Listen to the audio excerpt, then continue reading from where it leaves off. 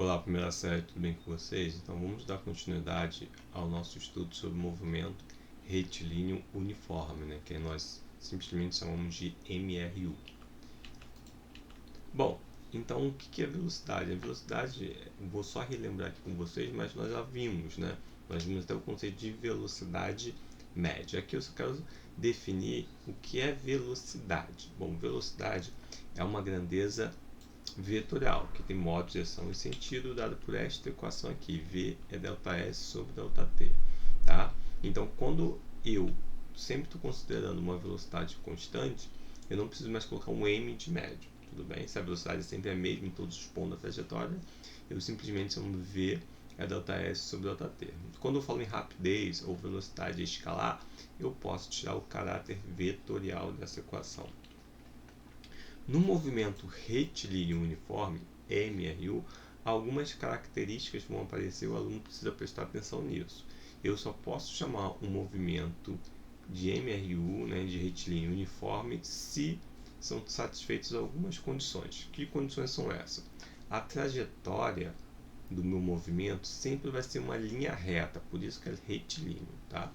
E a velocidade, ela sempre se mantém constante, sempre é o mesmo valor em todos os pontos da trajetória, tá? Então isso é importante. Então o V vai ser igual à velocidade média, tá? Então, mas agora eu não preciso, como a velocidade é sempre a mesma, eu não preciso ficar colocando velocidade média, eu vou colocar apenas V, tá? V de velocidade. A força resultante que está atuando no corpo, ela é zero, tá? Porque a velocidade é constante. E uma vez que a velocidade é constante, eu não tenho a aceleração, tá?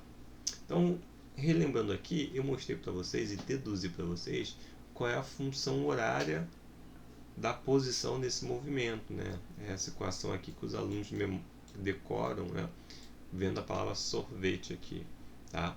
Então, a posição final da partícula é igual à posição inicial mais o produto da velocidade pelo tempo. Observe aqui que posição inicial e velocidade são valores constantes, tá? Que eles não vão ficar mudando durante o meu movimento. O que muda é a posição final e o tempo. Isso daqui é uma equação do primeiro grau que vocês já viram lá na matemática, como uma função afim, y é ax mais b. Então, tudo que são válidos lá, serão válidos aqui também, tá?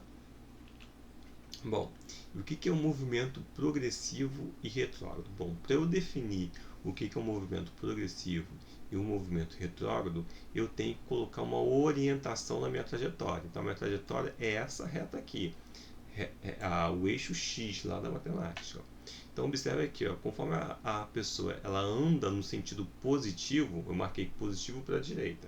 Então, conforme que ela está andando para o sentido positivo, eu vou chamar de movimento progressivo. Sempre quando o movimento é progressivo, a velocidade é positiva. Por que a velocidade é positiva? Porque ela está andando no sentido positivo da trajetória.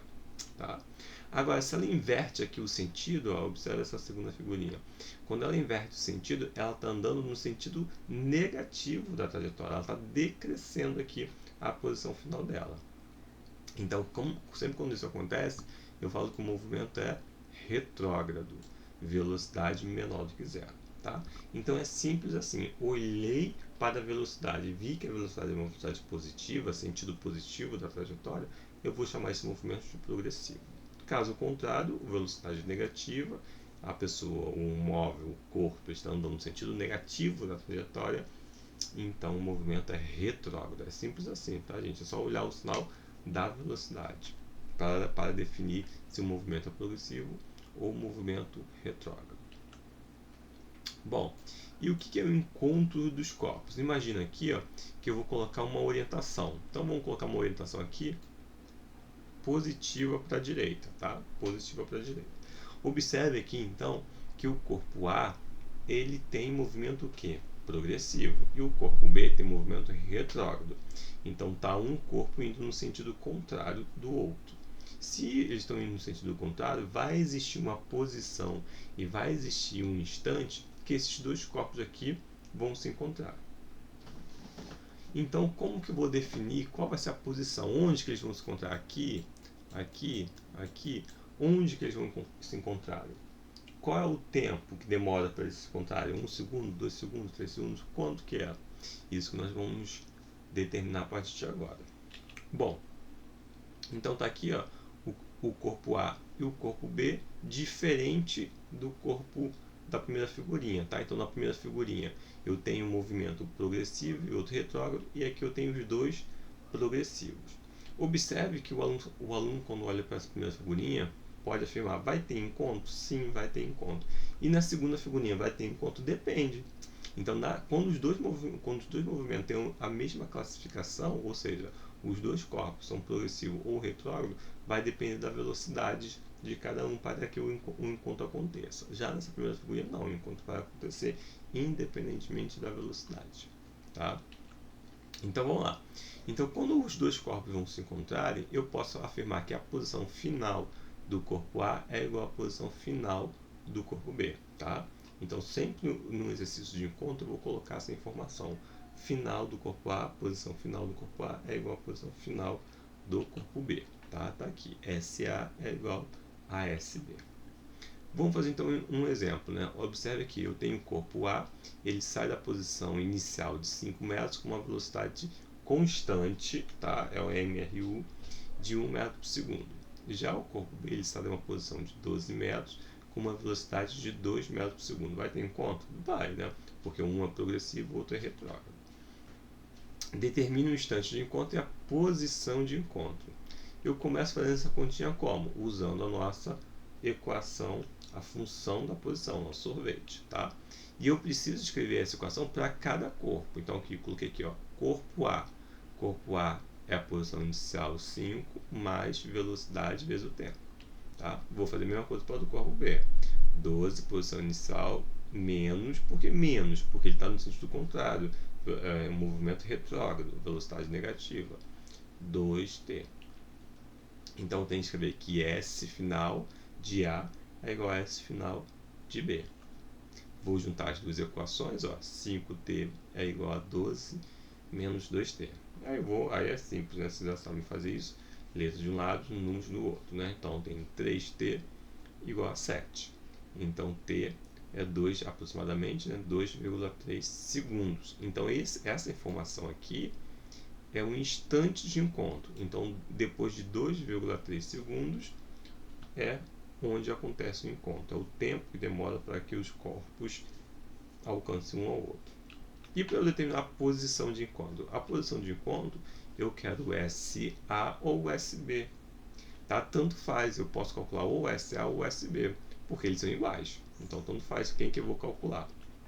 Vou escolher aqui a equação SA. O aluno pode escolher o SB sem nenhum problema, tá?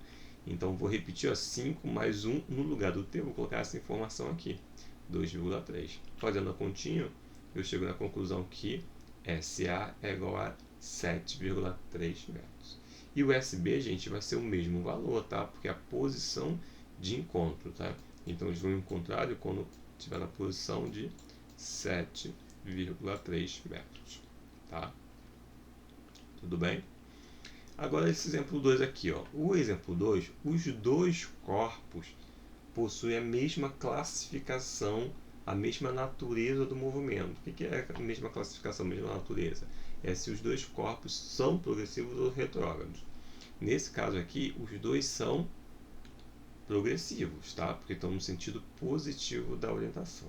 Observe que o corpo A ele tem 1 metro por segundo de velocidade e o corpo P2. Já dá para ver que não vai ter encontro, né? Porque o corpo que está na frente, né, ele tem uma velocidade maior. É lógico isso. Mas como que eu enxergo isso na equação? Né? Vamos lá. Então, fazendo o mesmo procedimento da questão anterior, vou juntar as equações. Ó, qual a única diferença? Aqui a velocidade agora é positiva, não é mais negativa, porque o movimento aqui é progressivo. Tá? Fazendo a continha, observe que o meu tempo é negativo. Então, tempo negativo na física não existe. Tá? Então, a gente não trabalha com tempo negativo. Então, isso não existe. Se isso não existe, significa que não há encontro. Então, sempre quando vocês fizerem a continha e acharem um tempo negativo, significa que não existe encontro. Tudo bem? Não existe encontro. Bom, e os gráficos? Sempre o gráfico desses movimentos é importante a gente memorizar, tá? Porque isso cai em prova, cai em Enem. Ó, como que eu vou representar o gráfico da velocidade em função do tempo? Bom, é um movimento, gente, com velocidade constante. Então, como que eu represento essa velocidade constante? Sempre é uma reta constante, ó, em relação ao eixo t. Sempre é uma reta paralela ao eixo t. Observe aqui, ó, que o tempo passa e a velocidade permanece a mesma, ó, a mesma, tá? Então, sempre o gráfico da velocidade em função do tempo sempre será uma reta constante, tá? Então, isso daqui, ó, observe que essa velocidade é maior que zero, portanto, em cima do eixo positivo, né? É um movimento progressivo. Pode estar embaixo também, tá? Está embaixo é o nosso movimento retrógrado. Área vezes deslocamento. Sempre quando aparecer um gráfico para vocês da velocidade em função do tempo, para eu achar o deslocamento, ΔS, basta calcular a área desse gráfico aqui. Tá? Então, a área desse gráfico é exatamente o deslocamento do móvel. Tá? Gráfico S versus T para uma velocidade maior que zero, ou seja, para um movimento progressivo. Então, observe que conforme o tempo passa, o meu espaço vai aumentando. Então, tem que ser uma reta crescente. Tudo bem? Agora, para um movimento retrógrado, conforme o tempo passa, a posição final vai diminuindo. Então, tem que ser uma reta decrescente. Tudo bem? Tranquilo? Qual seria, então, o gráfico da aceleração? Bom, eu já falei para vocês lá no início que não existe aceleração. Se não existe aceleração, a aceleração é zero. Tá aqui, ó. Então, a aceleração vai ser zero.